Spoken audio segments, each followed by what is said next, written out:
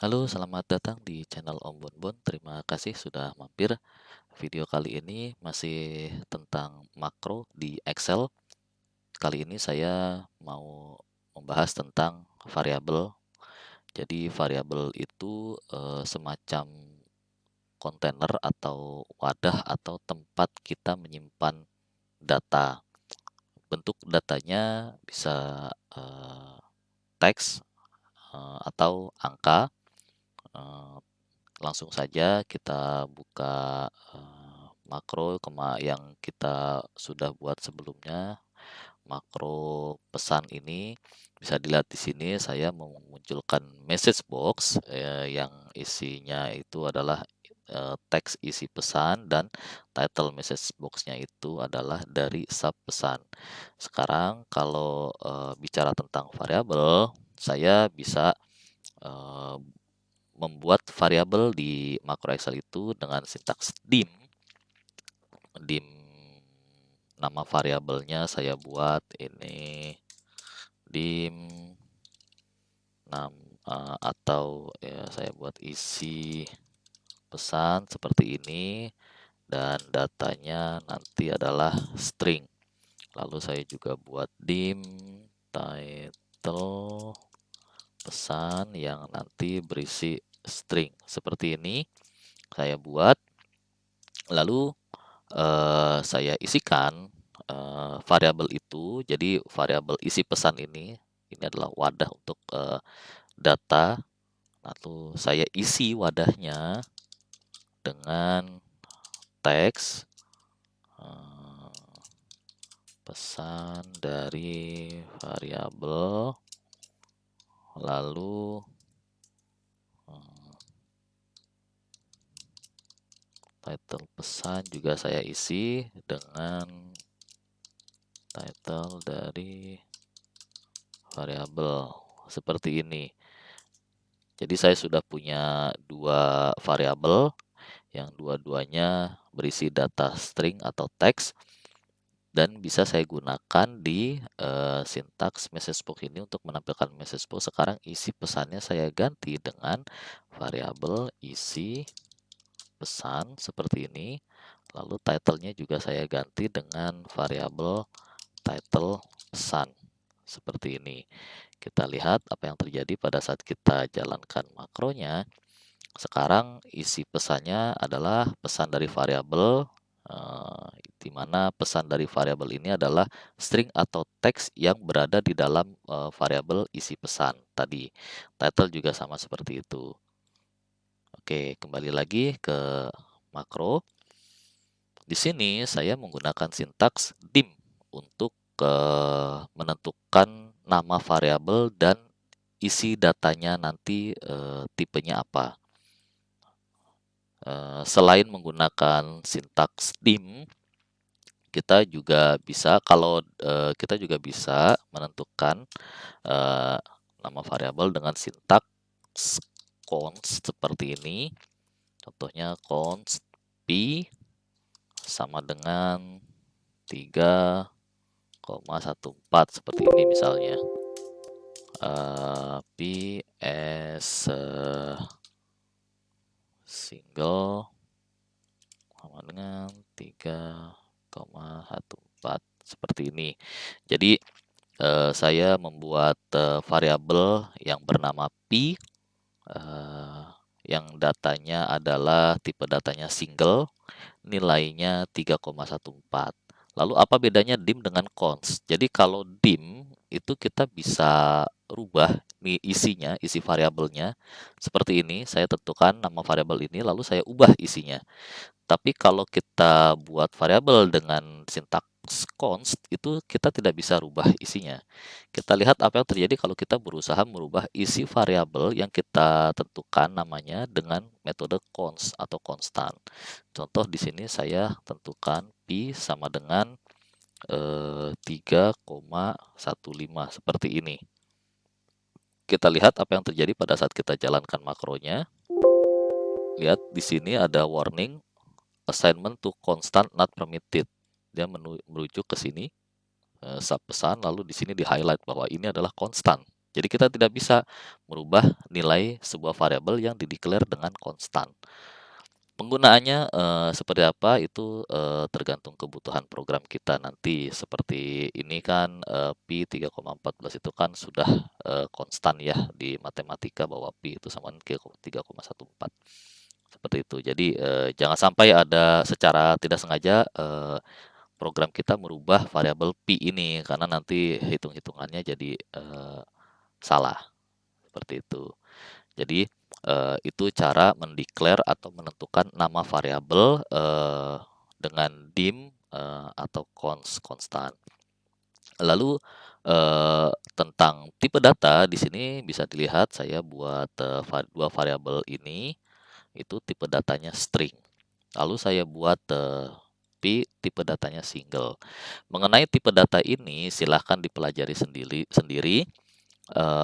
Ada, daftar tipe data yang bisa kita gunakan di makro Excel, itu, bisa dilihat linknya di deskripsi video itu, dari Microsoft ya.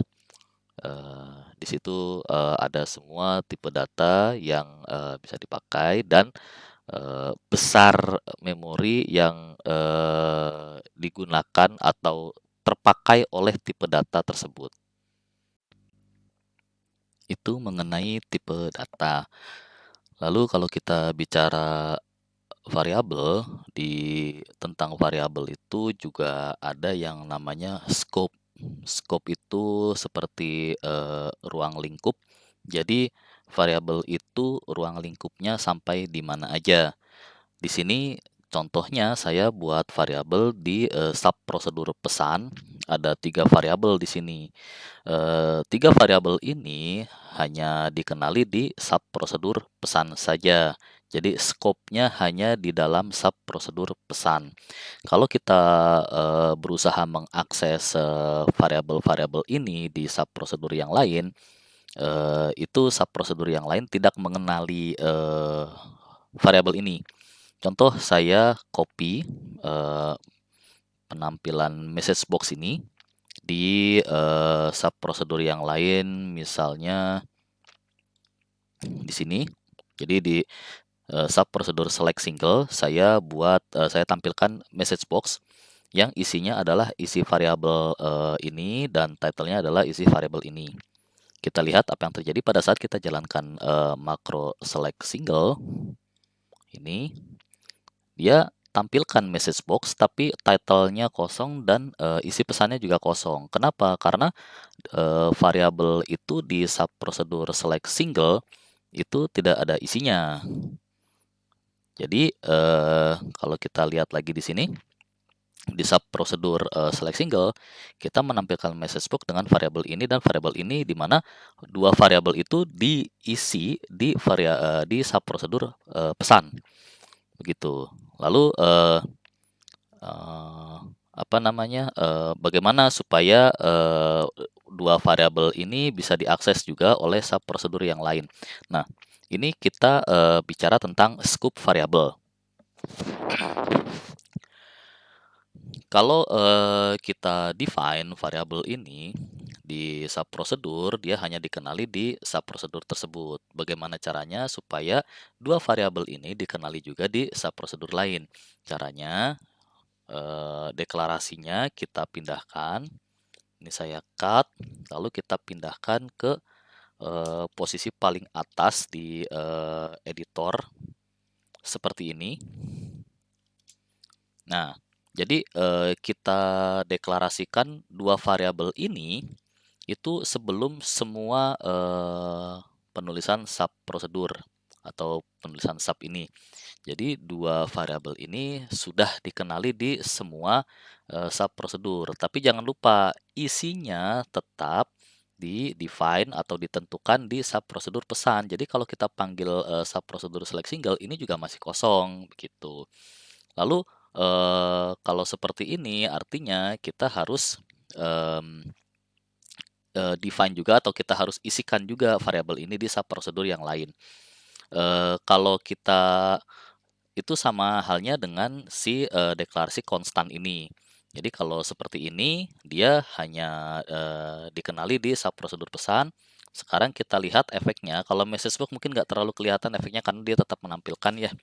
Sekarang kalau kita buat misalnya saya mau di prosedur select single ini saya deklarasikan satu variabel yang bernama hasil as single, lalu variabel hasil itu adalah angka misalnya 1 dibagi variabel pi, seperti ini. 1 dibagi pi.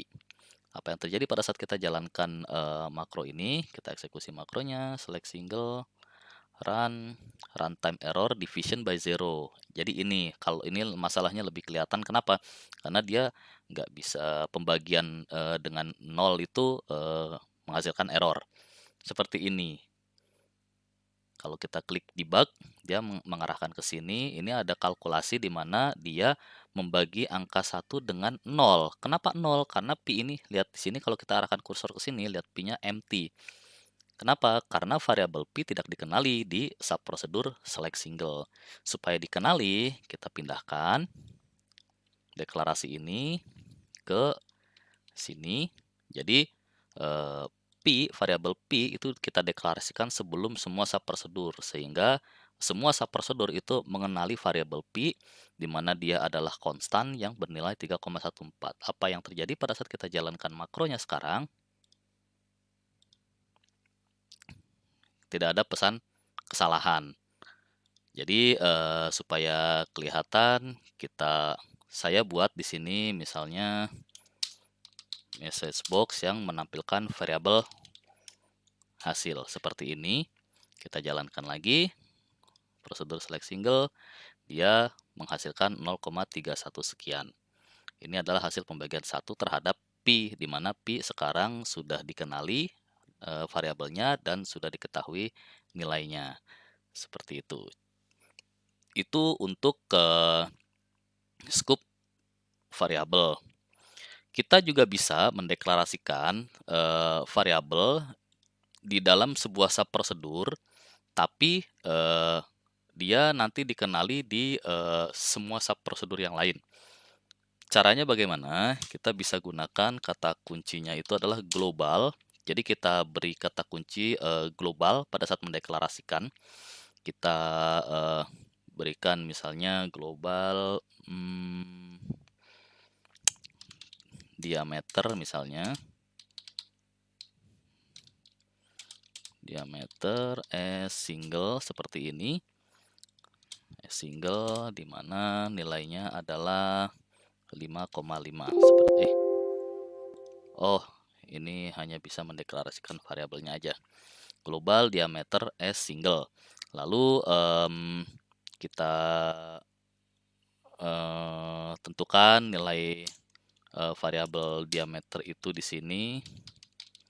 Diameter sama dengan 5,5 seperti ini. Kalau kita lakukan seperti ini, walaupun kita deklarasikan variabel diameter di subprosedur select single, tapi nanti variabel ini dikenali juga oleh subprosedur yang lain. Di subprosedur select single kita tentukan nilainya sekian, di prosedur yang lain juga dia akan mendapatkan nilai sekian untuk variabel diameter.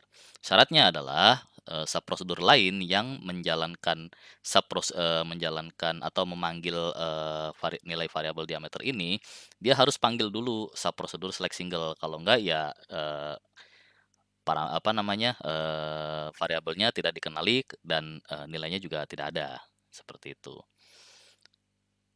Sekian video kali ini, kita lanjut lagi di video berikutnya.